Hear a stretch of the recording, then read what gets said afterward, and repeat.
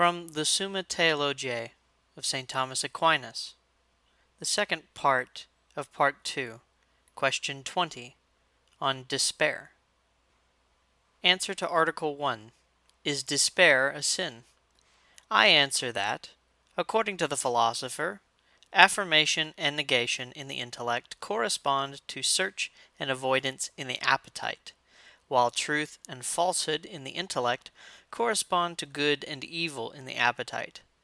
Consequently, every appetitive movement which is conformed to a true intellect is good in itself, while every appetitive movement which is conformed to a false intellect is evil in itself and sinful. Now, the true opinion of the intellect about God is that from him comes salvation to mankind and pardon to sinners, according to Ezekiel 18:23. I desire not the death of the sinner, but that he should be converted and live. The Vulgate is it my will that a sinner should die, and not that he should be converted and live? While it is a false opinion that he refuses pardon to the repentant sinner, or that he does not turn sinners to himself by sanctifying grace.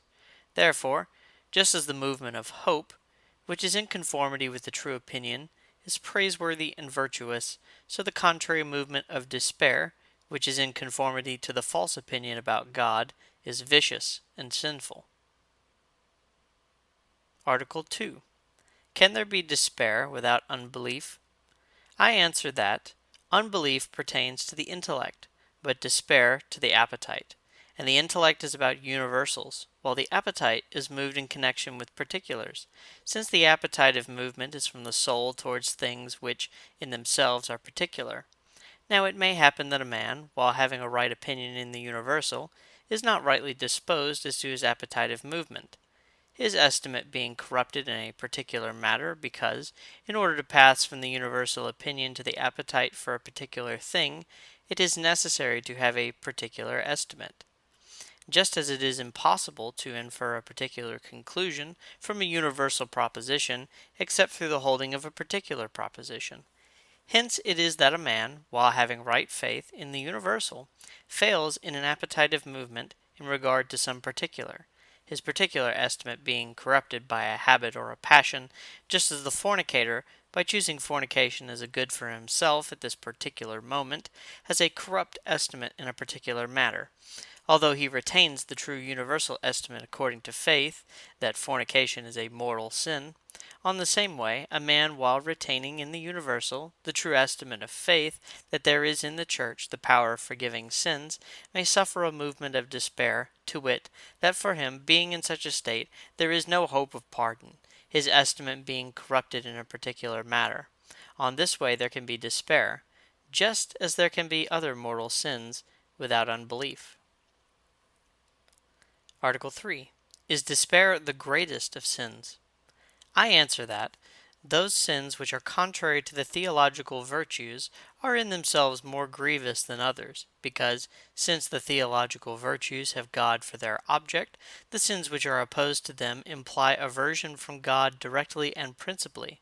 Now every mortal sin takes its principal malice and gravity from the fact of its turning away from God. For if it were possible to turn to a mutable good, even inordinately, without turning away from God, it would not be a mortal sin.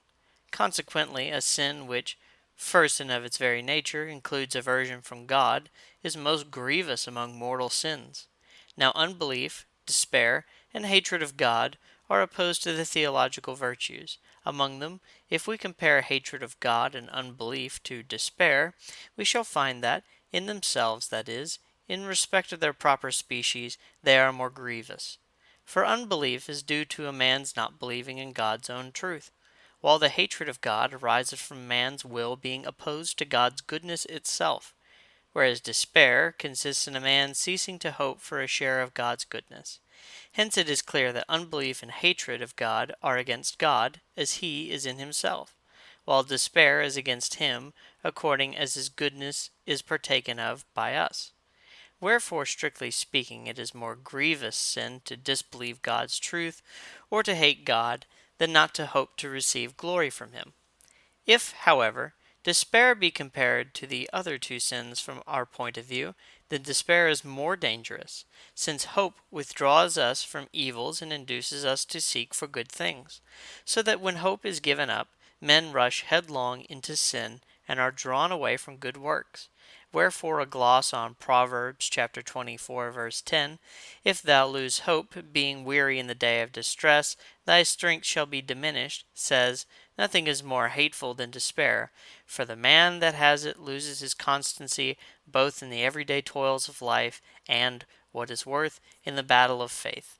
And Isidore says, to commit a crime is to kill the soul, but to despair is to fall into hell.